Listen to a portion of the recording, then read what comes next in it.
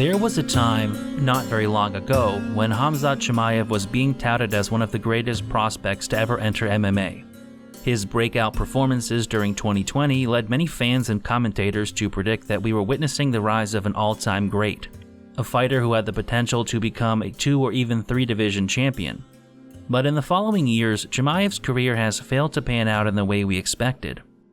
On multiple occasions now, we have seen his career derailed by mysterious illnesses, as well as an apparent lack of professionalism. The man who once won 3 fights in 2 months has now only fought 3 times in over 2 years.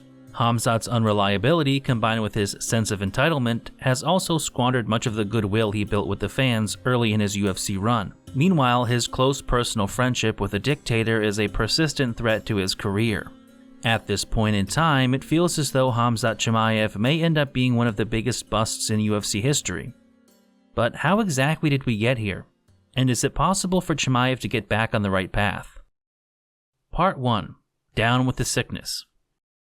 When it comes to understanding the derailment of Khamzat Chimaev's hype train, there are a few issues to consider. Chief among them is his years-long battle with illness. This story actually goes all the way back to 2020, shortly after Chimaev had his impressive 3-fight win streak in 2 months. After knocking out Gerald Meerschaert in 17 seconds, Chimaev was booked against Leon Edwards for a fight at UFC Fight Night 183 on December 19th.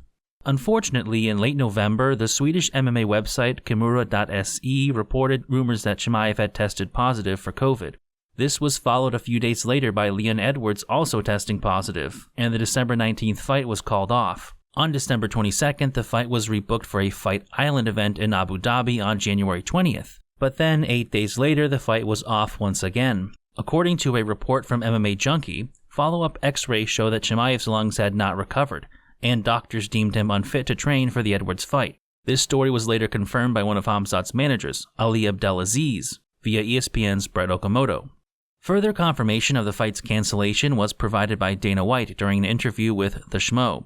I guess he was having problems with his lungs, Khamzat was, so they told him to take some more time off and not start training till early January. Chimaev himself would also confirm the story to RT Sport, saying that he had to pull out because of the virus, but he was recovering and would train at home. Possibly hoping that the third time's the charm, the UFC would again attempt to book Chimaev and Edwards against each other, this time for UFC Fight Night 187 on March 13th. For a time, things seemed to be heading in the right direction. When Khamzat was interviewed by Front Kick Online in late January, he claimed to be back to 100%. His lungs were good and his strength and conditioning was great. The positivity was not fated to last very long, though. On February 11th, Khamzat was once again forced to withdraw from the Leon Edwards fight due to lingering effects of COVID. Speaking to ESPN, Dana White would say that Chimaev had issues with his lungs and needed to be put on medication. Quote, "I'm so bummed out. I was excited. That was one of my favorite fights this year. The one thing you have to look at right now is health. Let's make sure this guy is healthy, get him the best care we can, and make sure he makes a full recovery." In spite of what Dana White had to say on the matter, Khamzat's other manager, Majdi Shamas, made the situation seem more dire. In a behind-the-scenes interview with Front Kick MMA, Shamas explained the events that led to the fight being called off again, including multiple ambulance trips and hospitalizations. He insisted that he wanted to train, and then we tried, and it failed. And, he was really bad,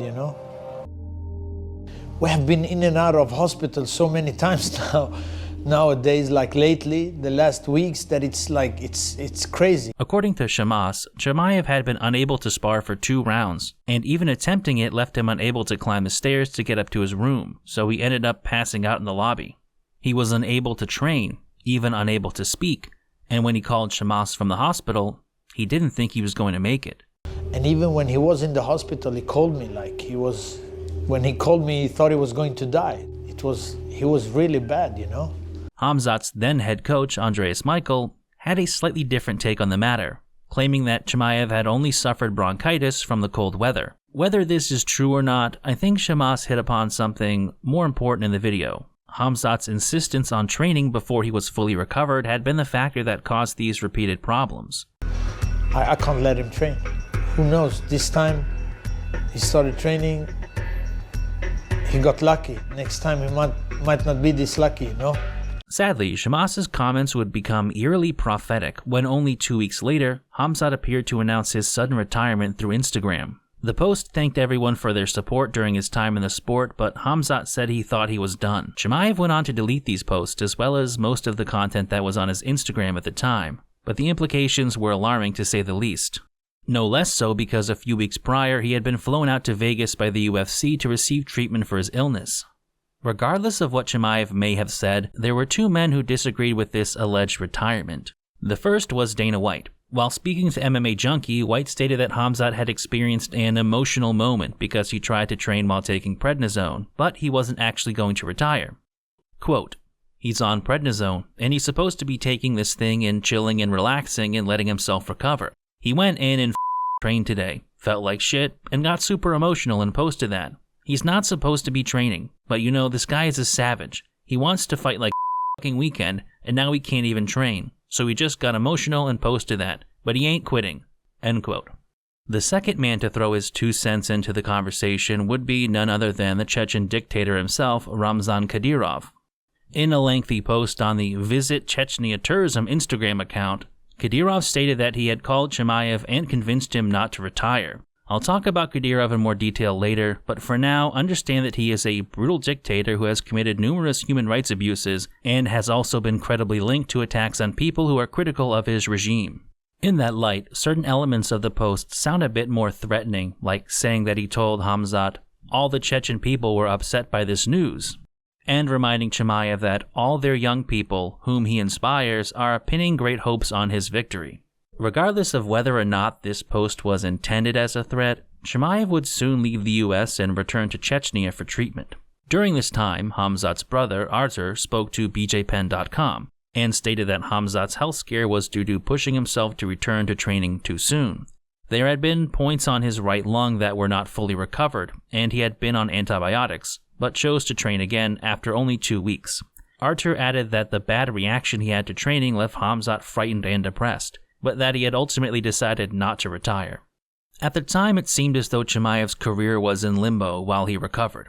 When speaking to Jim Rome in early March of 2021, Dana White said that he had no idea what was going to happen with Khamzat Chimaev.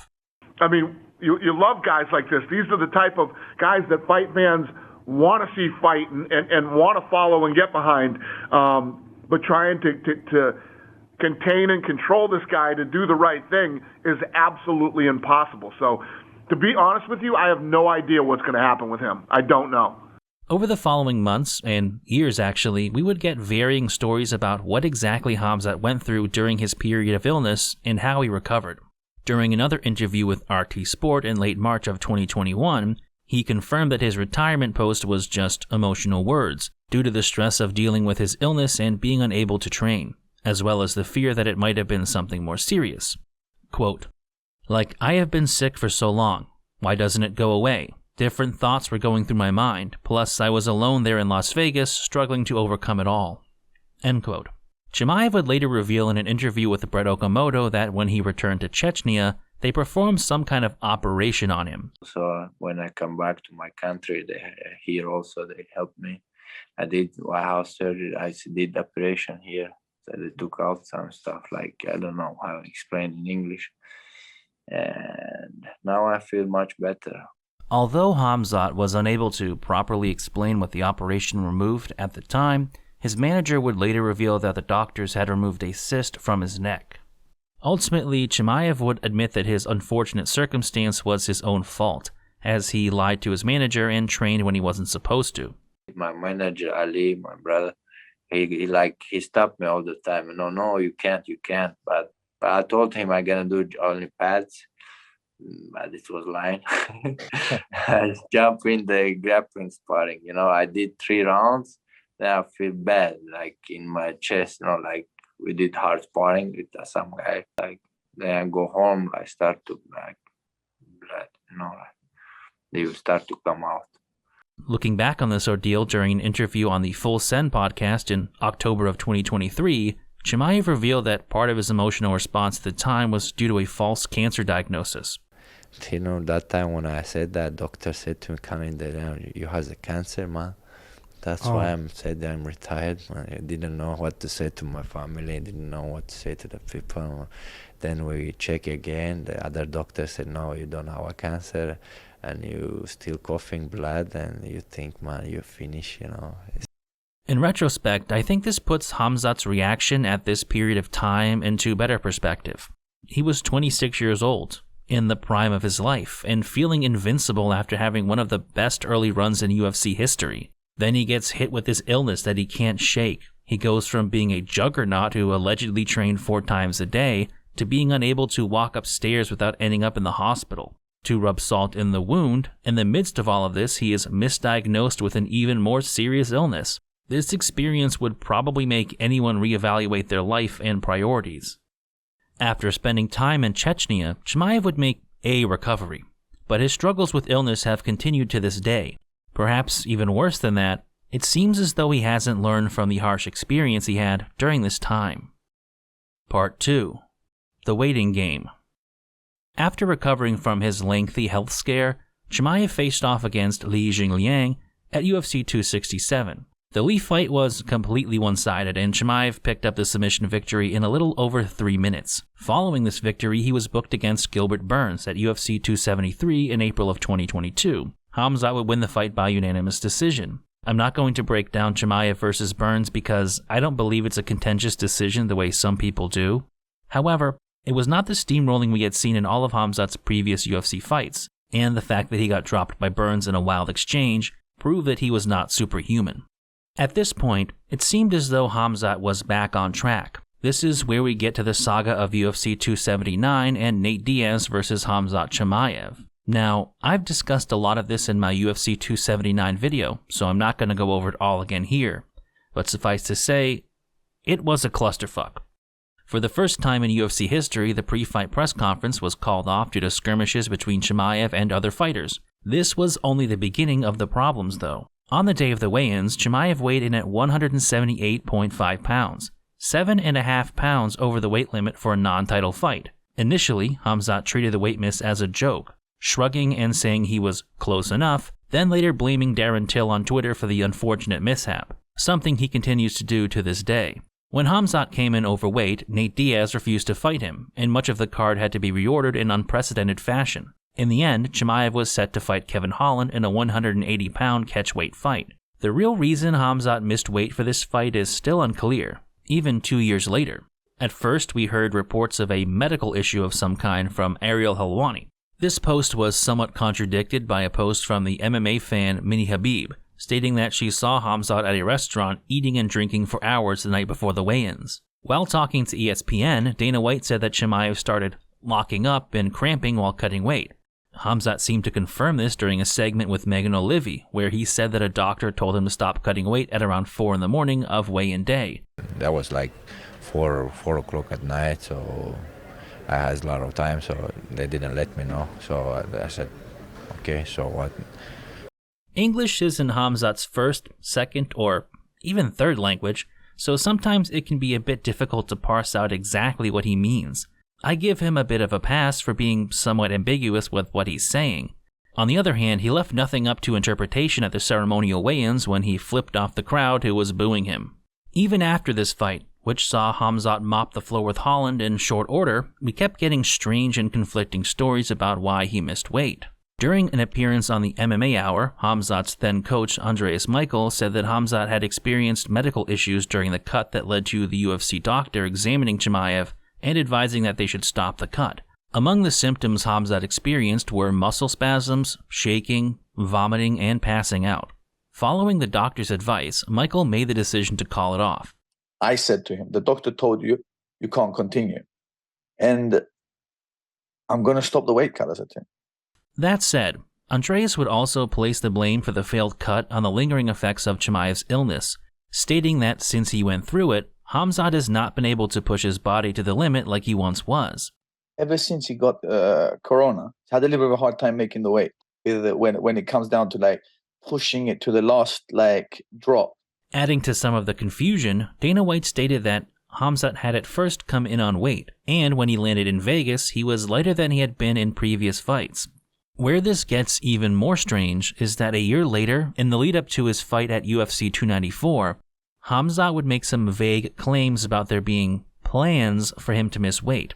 Everyone speak about I didn't make weight, once in my life, and there was some plans to do that some way. It's not my plans, but I can't say everything here, and yeah.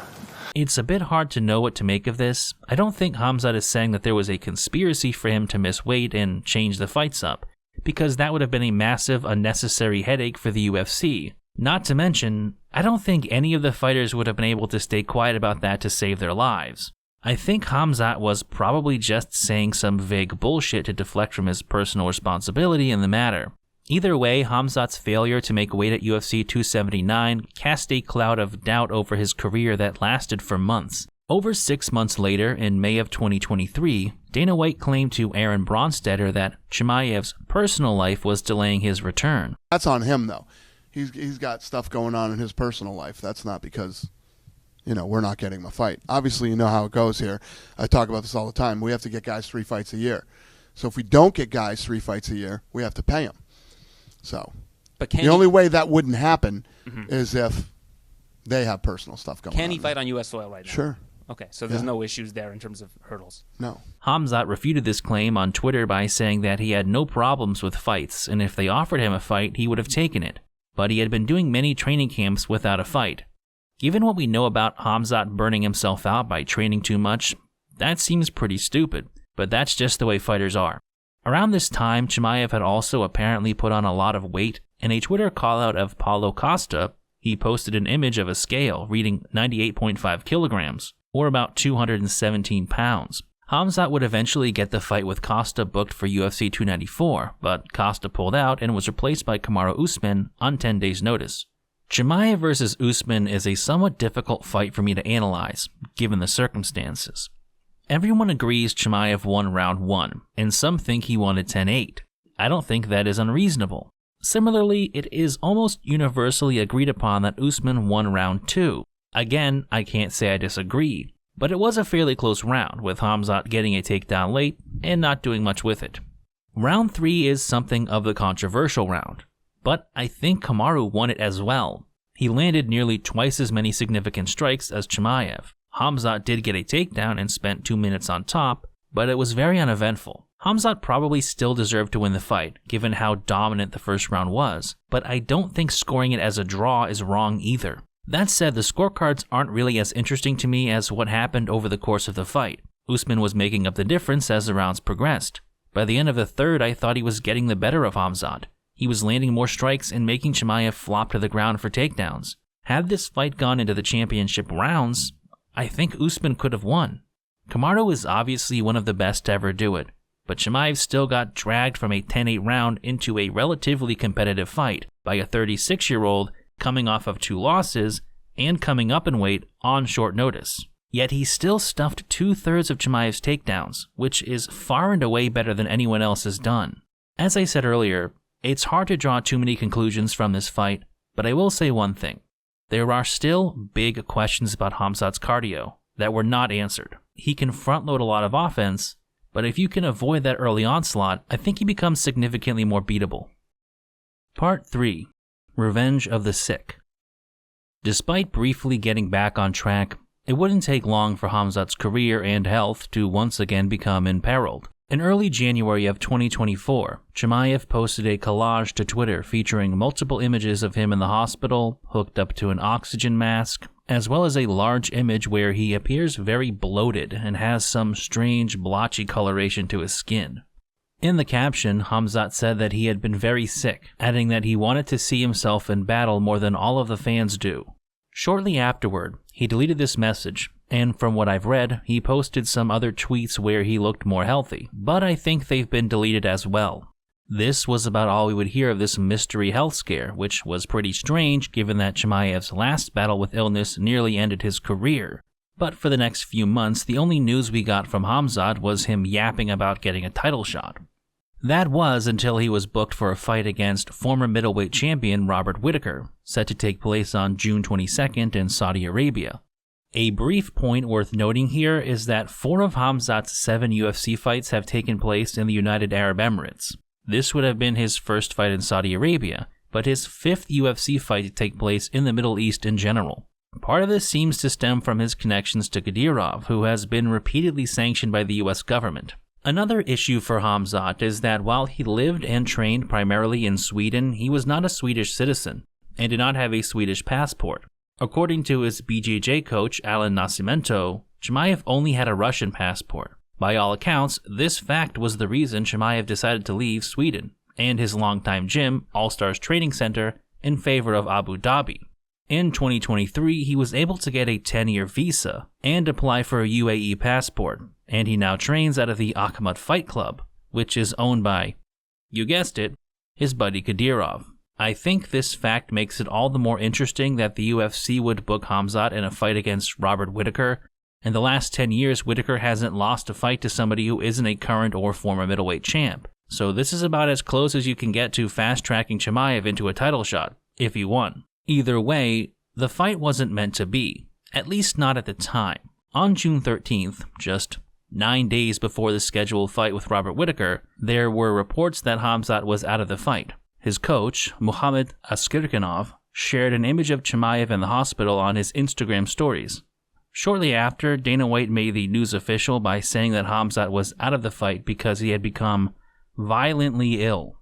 As with Chimaev's other bouts with illness, there seemed to be a fair amount of confusion regarding what exactly happened. In an Instagram post discussing Khamzat's withdrawal from the fight, his manager, Majdi Shamas, would place the blame on a persistent illness that Khamzat had been battling for major parts of his training camp, which could not be cured in time, adding that Chimaev had been in and out of hospitals, but the condition had been kept within his team. A few days later, while again speaking to Jim Rome, Dana expressed uncertainty regarding Chimaev's future, due to his continued battles with illness. On the 17th, Khamzat broke his silence on the matter, but didn't reveal anything in terms of an explanation for his withdrawal, simply saying, "We always plan something, but Allah has His own plans for us. Alhamdulillah." End quote. After Robert Whittaker knocked out Askirkanov on the 22nd, Khamzat would again speak out, congratulating Bobby Knuckles and saying that they weren't done. When Rob was asked about this call-out a few days later, he responded to it in the best way possible, in my opinion. You know, he sort of said, "Oh, we'll see you soon," those sorts of things. Is that a fight that you would be happy to reschedule, or is it a bit of a risk now agreeing to a fight knowing that Khamzat may potentially pull out? You know, what are your thoughts on where we stand with Khamzat? Well, I will say, like, so see you soon. It's like, where? You can't get into any country. Where are you going to see me, bro? Middle East. As a bit of a side note, Chimaev saying "see you soon" to other fighters has become a bit of a meme in and of itself. He's said something of that nature to a number of notable fighters from 170 up to 205 without actually fighting any of them. With little concrete information about Khamzat's condition, it has led some people to speculate. For example, Bo Nickel voiced rumors that partying was to blame, and implicated Darren Till in Chimaev's downfall. I think he's probably overtraining, because he gets sick a Well, lot. I don't think he's overtraining. I think he's over-partying. Think? You think that he's a partier? Know. Probably. I don't know. What else would it be? I've just heard rumors about like him and Till and stuff, like crazy stuff.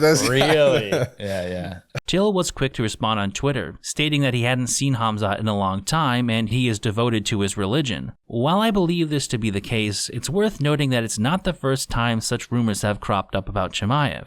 Khamzat's former All-Stars training partner, Alexander Gustafsson, would also give his perspective on the matter when interviewed by CryptoSportsBetting.com, a very legitimate news outlet, I'm sure. Quote, "The guy gets ill. There is something with his body that reacts to hard training because he is the hardest worker in the room. He's always been the hardest worker. They have to run some tests and see what the background is, whether there is something in his body that's reacting to the hard training because he trains very hard. I hope they find what it is and take care of the problem and he gets better. He very easily catches a cold, for example, a running nose, coughing, symptoms that are not a big deal at all. We all get that. But I've seen when he increases his training a lot. I know his body reacts differently to the training. I don't know where it comes from. It's crazy how he reacts to the training these days." End quote. Personally, I believe this is an important aspect to understanding Khamzat's current situation, because it's quite similar to comments we heard from Khamzat's manager after his bouts with COVID. And it's reminiscent about what Andreas Michael said after UFC 279. His body doesn't react well to hard training, but even more importantly, he's unwilling to not train hard. So it doesn't seem like he ever learned his lesson from years ago about pushing himself too hard when he was sick. Khamzat has since gone on to give more information about the illness that took him out of his fight with Robert Whittaker. In mid-June, he engaged in a lengthy interview with Aslanbek Badaev. Now, the interview is not in English, and there doesn't appear to be any captions or transcript in English, so I can't say with any certainty what he actually said. Nevertheless, a few different news outlets have translated portions of the interview, and they largely agree on what he said. The gist of Khamzat's comments on his illness appear to be that he had a lung infection as a result of constantly being in air conditioning in Abu Dhabi. Apparently, he also claimed that he suffered from immune failure due to stress, and this led to a number of stints in and out of the hospitals. This was treated with antibiotics as well as time spent in the mountain air. As I said a moment ago, it's hard for me to know if this translation is accurate, and even if it is, we can't be sure that Khamzat is telling the whole truth anyway. Nevertheless, it doesn't paint a great picture. This is the third time Khamzat has faced a major setback due to illness. Fourth, if you give credence to Andreas Michael's interpretation of the events of 279. And this is just what has been mentioned publicly. But I'd argue the situation is worse than it seems on a surface level. This was the second time in the span of 6 months that Khamzat has suffered some mysterious, life-threatening illness. That's not normal, especially from a 30-year-old who should be in the prime of his life. Something is deeply wrong here. By the admission of his own manager, the people involved would rather be secretive about Khamzat's health and keep plowing ahead. Consequences be damned. The UFC has gone forward with the plan to rebook Chimaev and Whittaker for UFC 308, which is a few weeks away. At this point, I'm kind of skeptical that Khamzat will make it to the cage, or if he'll have another mysterious health scare that forces him out of the fight. With all that said, I think there is another issue for Chimaev that could potentially be as much of a risk to his career as his illness. That being his relationship with Ramzan Kadyrov. Part 4. Taking Dictation. There is simply too much history surrounding Ramzan Kadyrov to get into in this video. It's a subject that could quite literally fill multiple videos on its own, and journalists like Karim Zidan have been documenting his reign for years. In the context of this video, Kadyrov is the brutal dictator of Chechnya, or the Chechen Republic, an autonomous region within Russia. Since he came to power in 2007, Kadyrov has ruled Chechnya with an iron fist. He retains almost absolute and unchallenged control over the Chechen people, largely through fear, human rights abuses, and a cult of personality. During his reign, a number of his opponents have been assassinated despite being in other countries like Turkey, Germany, and the UAE at the time. In fact, a major aspect of Kadyrov's fear campaign is his ability to reach his critics, even if they no longer live in the country. He suppresses journalism and has routinely threatened journalists and human rights workers. During his time as the leader of Chechnya, a number of attacks have been carried out on journalists, including multiple murders. He is also known to threaten average citizens for everyday critiques of his regime, including actual children at times. Under the Kadyrov regime, abductions and forced disappearances have become so commonplace that, according to Human Rights Watch, they constitute a crime against humanity in and of themselves. Arguably the most infamous example of Kadyrov's human rights violations have been the country's gay purges. Since at least 2017, Chechen men accused of being gay have been systematically rounded up and held in a concentration camp, where I'm sure you can imagine what happens to them. The number of men who have been detained by Kadyrov's regime is said to be over 100, but the true number will likely never be known, in part because forced disappearances are such a common fact of life in Chechnya, but also because the government, and Kadyrov himself, have maintained that no such actions have taken place. In fact, the party line has been that there are no gay people in Chechnya, as once stated by Kadyrov during an interview with HBO Real Sports. Это ерунда. У нас таких людей нету. Нету у нас геев. The human rights abuses of the Kadyrov regime have led him and members of his government, as well as his family, which are often the same people, to be sanctioned numerous times by the American government since 2017. By this point, I'm guessing that you're beginning to understand that he is a pretty horrible tyrant who is oppressing an entire region of people, which makes his involvement in MMA a rather important issue worth talking about. You may have heard of the term sports washing at some point recently. It's the process by which oppressive governments attempt to change their image through sports. A perfect example of this can be seen with the way Gulf states like Saudi Arabia, the UAE, and Qatar have been dumping almost incomprehensible amounts of money into major sporting events. But as Kareem Zidane explained during an interview with Chapo Trap House's Felix Biederman, Kadyrov's approach to sports washing is a bit different than most. Or starting actually with December 2022, one of his sons, this kid named Ali, his middle child, he decided he wanted to become a professional fighter. And for months, he had been training with Khamzat Chimaev. Like, they'd actually travel, go see other UFC fighters and train with them as if he was an actual fighter, right? And this would all get posted on Instagram, and Kadyrov would promote it and talk about how, look at my son, the fighter.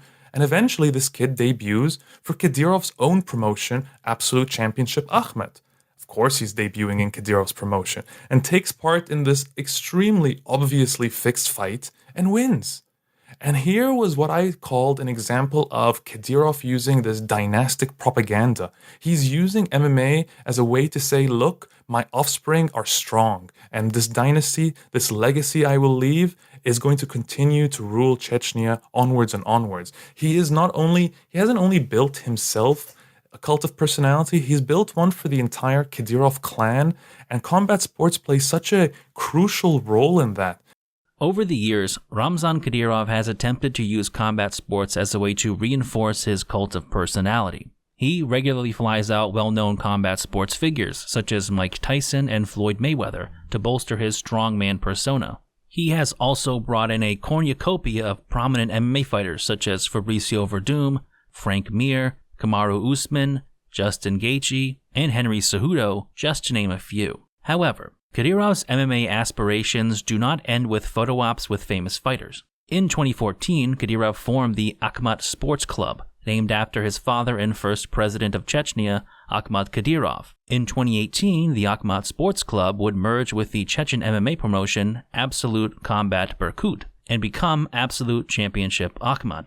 It should also be noted that Kadyrov uses Fight Club Akhmat as a training ground for his special forces unit known as the Kadyrovites. And Kadyrov's combat sports interests are run by one of the most powerful men in Chechnya, a man named Abu Zaid Vizmirodov, the head of Chechnya's special forces, as well as Kadyrov's own personal security.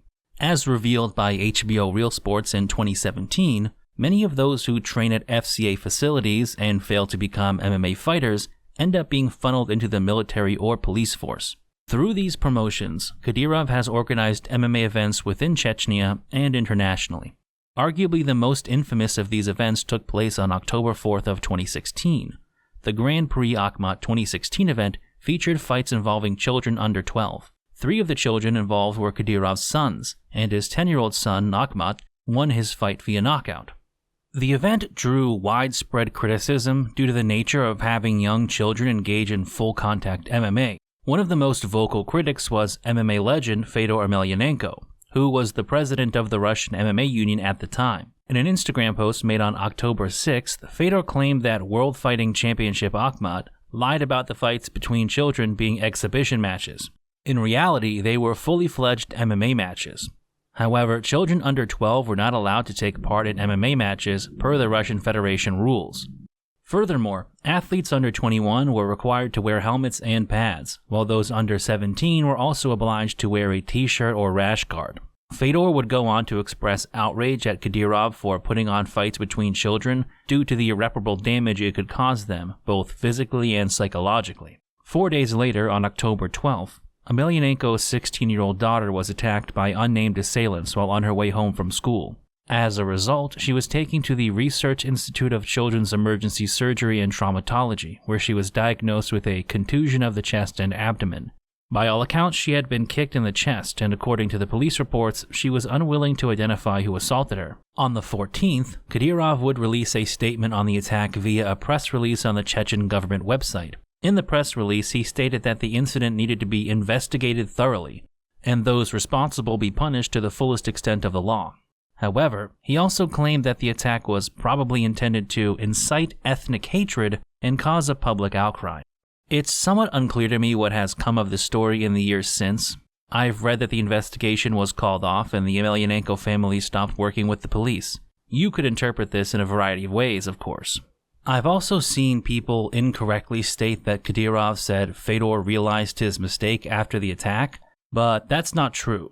He made that statement several days earlier in his post calling for people to stop attacking Fedor on social media. Either way, it's an ominous comment. Though there seems to be little in the way of hard evidence linking Kadyrov to the attacks on Fedor's daughter, it fits his MO. It doesn't matter who you are or where you are, he can get to you. Even the head of the Russian MMA union, who has ties to Vladimir Putin, is an untouchable.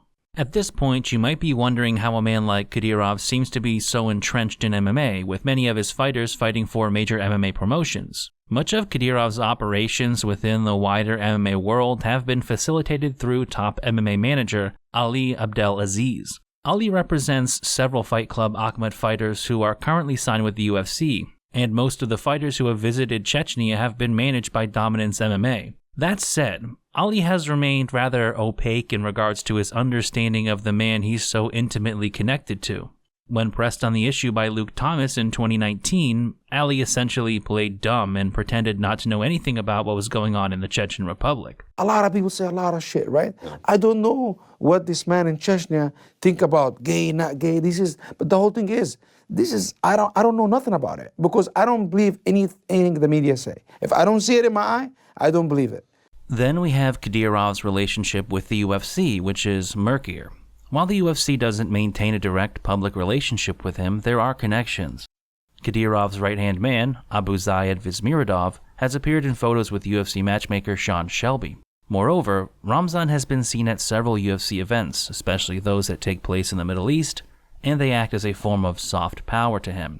Multiple fighters training out of Fight Club Akhmat have also made it to the UFC, such as Abdul Karim Edilov, Ruslan Magomedov, Said Nurmagomedov, and Magomed Ankalaev. He also has ties to many prominent fighters in MMA who do not directly train with FCA, like Khabib Nurmagomedov. But there is perhaps no other fighter as deeply associated with Kadyrov and more important to his interests than Khamzat Chimaev. Kadyrov has been openly praising Chimaev for years and showering him with gifts, like a luxury BMW which Khamzat John Jones shortly afterward. No problem, Kadyrov would just buy him more. Starting in 2022, Chimaev also began training several of Kadyrov's sons, and again took part in more ridiculous sparring sessions where the princelings appeared to hold their own against an elite UFC fighter. Most notably, Chimaev cornered Ramzan's son, Ali Kadyrov, during his MMA debut against Islam Akbarov at ACA 150 in December of 2022. Seemingly to repay the favor, Ali, as well as another of Kadyrov's sons, Adam, would corner Khamzat in his fight against Kamaru Usman at UFC 294. In all honesty, this is probably just the tip of the iceberg. If you skim Chimaev's social media accounts, you will find examples of him alongside Kadyrov or his sons, or reciting propaganda for the regime. Kadyrov was at Chimaev's wedding and allegedly helped facilitate his marriage. In November of last year, Khamzat posted that he believed Kadyrov helped him return to life, not only for himself, but for the entire Chechen people. It's hard to know whether Khamzat truly believes this, or if he is simply saying what he thinks he needs to say. Whatever the case may be, I think it's safe to say that at this point, Kadyrov is so deeply entwined in Chimaev's life that we will probably never know the full extent of it. So much of Kadyrov's machinations involve projecting an image of masculinity and power. Khamzat Chimaev presents the opportunity to display those ideals on one of the highest stages available. To have a Chechen fighter capture a UFC title would be the ultimate validation of his vision for Chechnya. In that light, I think the vaguely threatening message he sent to Chimaev after Khamzat talked about retiring makes a great deal more sense. Kadyrov cannot allow Chimaev to quit, because it would be the refutation of the mythology that he has worked so hard to develop. It seems as though Khamzat is being drawn deeper and deeper into this morass, and unfortunately he appears to be following in almost exactly the same path of another man, Abdul Karim Edilov. Part 5. The Elda Parallel. A one-time UFC fighter who saw his debut delayed due to a positive test result for meldonium, Edilov was once known as Kadyrov's favorite fighter. Edilov had headlined several early Akhmat MMA events before his short stint with the UFC. After picking up his lone UFC victory in September of 2017, Edilov was released by the promotion, though the reason for this are unclear to me. Ultimately, it wouldn't matter much, as in the following years he found himself climbing the ladder of Kadyrov's regime. Initially, he started out as essentially a babysitter, a role you'll recognize is now being filled by Khamzat Chimaev. From this point, Edilov would be promoted to positions in the Chechen government. Despite his meteoric rise through the Chechen political system, Edilov would eventually fall out of favor with the regime. In September of 2022, rumors began to spread from Chechen dissidents that Edilov had been convicted of drug use. He was never seen again after this point. On November 23rd of 2022, only 9 months after being promoted to his position as deputy chairman, the official website for the government of Chechnya announced that Abdulkarim Edilov had resigned of his own initiative. Just a few weeks later, it was reported that he had died. The manner and circumstances of his death remain a mystery. Nonetheless, there have been some rumors, as explained by Karim Zidan.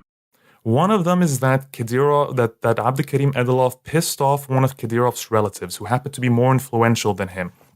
Tried to extort him at one point, and that's what led to him getting killed. The other story, I'll admit, is a little more interesting, and it actually involves one of Kadyrov's kids, Adam. It turns out that at one point they were in Dubai together. It was Adam's bodyguard, and Abdulkarim Edilov. And they had some drugs on them, some sort of amphetamines that they had, which, by the way, these things are quite popular in Chechnya. Like, there's far more drug abuse that goes on amongst these Kadyrov's ruling elite than they'd like to let on. So, Abdulkarim Edilov and his other bodyguard have these drugs on them. Adam insists that he wants some, and they give him. And he just insists then thereafter that he wants to drive.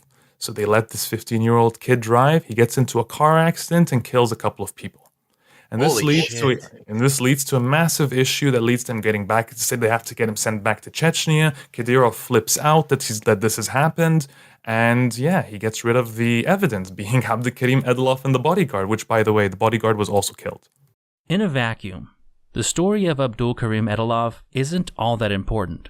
In the context of Chimaev's story, though, the parallels between him and Edilov are alarming. Khamzat is following in Abdulkarim Edilov's footsteps, and I doubt that is lost on him. He trained with Edilov and probably knows more about the story than most of us. But at this point, what could he do? Khamzat probably shares a lot of the same views as Kadyrov, but even if he didn't, what options does he have? How could he refuse him? He can't. It's that simple. As long as he can keep fighting, I think he can stay out of the fray, for the most part. But that is a huge if, given Chimaev's repeated health problems. If he outlives his usefulness in the role of a fighter, or does something to fall out of favor with the regime, the consequences could be disastrous. Part 6. Conclusions and final thoughts. When I made my video talking about UFC 279, I said I felt Khamzat was a powder keg, waiting to explode or implode, collapsing his career on top of him. I still think that is true. It's been 2 years since that event, and I don't think we have a better idea of what the future holds for Chimaev. If anything, I think the picture is even more cloudy. What have we actually learned about Khamzat since September of 2022?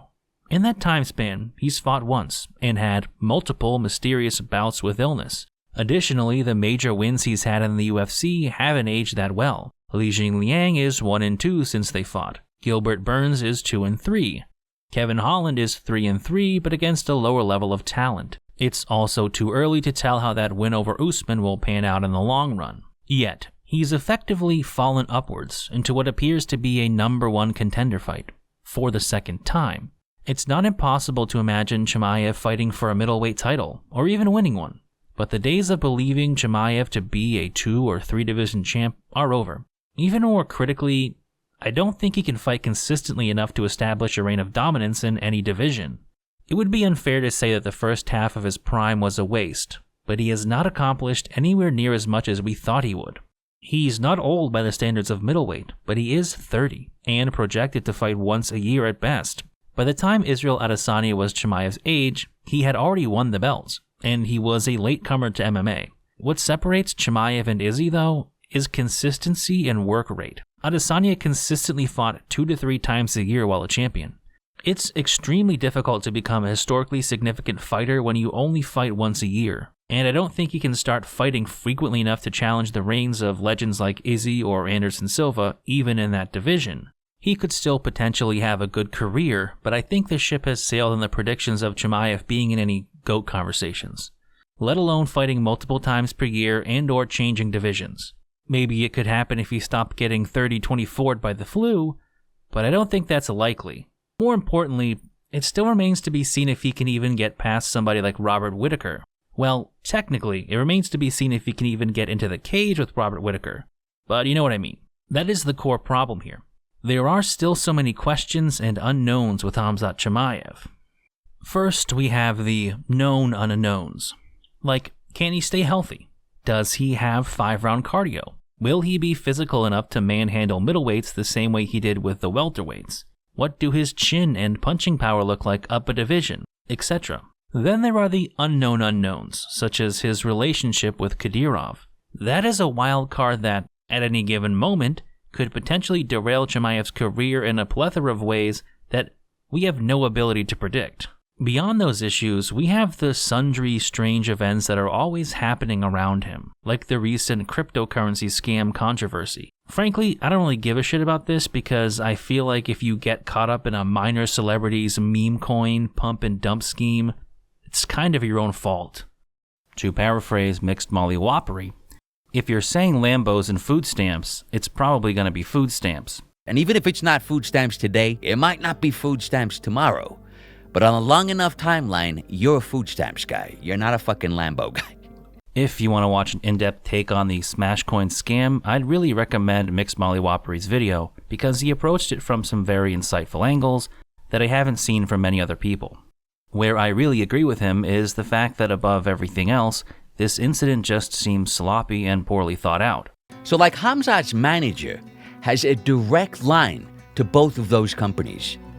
If he was unsure and as oblivious as he's making out, why wouldn't he reach out to Jai's Coin or Block Acid for advice? Hey, do you guys think this looks like a scam? And of course, both companies would have massive incentive to guide them on that subject because they've both tied their brands to Khamzat. They would come back in 10 minutes. They'd say, yes, it is a scam. It's a clear pump and dump. Please don't get involved and drag our brands down with you. Like he's a manager. He's there to make good decisions. What the Smashcoin scandal suggests to me is that Chimaev has a lot of people around him making sketchy decisions, and they're not exactly worried about damaging his brand in the process. The amount of uncertainty that follows Khamzat around is pretty staggering. Simply on the topic of his health alone, there is just too much suggesting that there is a bigger issue going on behind the scenes than what is being publicly presented to the MMA community. A common theme of the Chimaev story is that he never allows his body to recover before pushing himself to train again. If he hasn't learned this lesson by this age, considering how much it has already affected his career, it's difficult to imagine that he ever will. More recently, Khamzat has made some changes in his camp and training regime that apparently include returning to his original coach and getting some increased rest time. The flip side of this is that we also have images of a frankly heavy-looking Chimaev chowing down on pasta only a few weeks out from his fight with Whittaker. As with many things related to Chimaev, it's hard to know what to make of this. It could be a move in the right direction. Or maybe he comes in underprepared. Maybe it's just a matter of time before he has another health scare. And who knows if the next one will be the one to end his career. As his manager said years ago, he got lucky. But eventually that luck may run out. When the odds were first released for UFC 308, Chimaev was actually favored to withdraw. And I don't think that is unfair. Khamzat is not merely unreliable, he is unpredictable. We have no idea what he's going to do next. For me, that is the real nail in the coffin for the Chimaev hype train. As I said in my video about McGregor versus Chandler, it's hard to be excited about a fighter if you don't know whether they'll even show up in the cage on fight night. He could be a champ within the next 18 months, and then pull out with another grave illness in the very next fight. It's impossible to say with him, and as a result, it's impossible to build hype for his career. Maybe something will change. You never can tell. Maybe Chimaev has put all the problems behind him, and he's just gonna go on a streak of fighting 2 to 3 times a year and racking up wins. But I wouldn't bet on it. As always, I want to thank you for watching the video, as well as liking, commenting, and subscribing. I'd also like to thank Chapo Trap House and Karim Zidane for being huge sources of information for this video. Finally, a special thank you to my supporters on Patreon who help make these videos possible. Thank you, Squirt, Jackson, Fightback CBD, Mike Roballs, Bone CK, JJ, Mango Saver, Devil Stick Disco, Mad Max Burger, Gaius Nietzsche Patton, Scott Richmond, Random Candor, Fuzi Eunice, Jonas Namenson, Old Neon, Timothy Lee Peterson, Julius Caesar Has Jungle Fever, Bobby Flog, Firebrand, Quasi, Snepsts, Alex, Major General John Pope, and Aneem.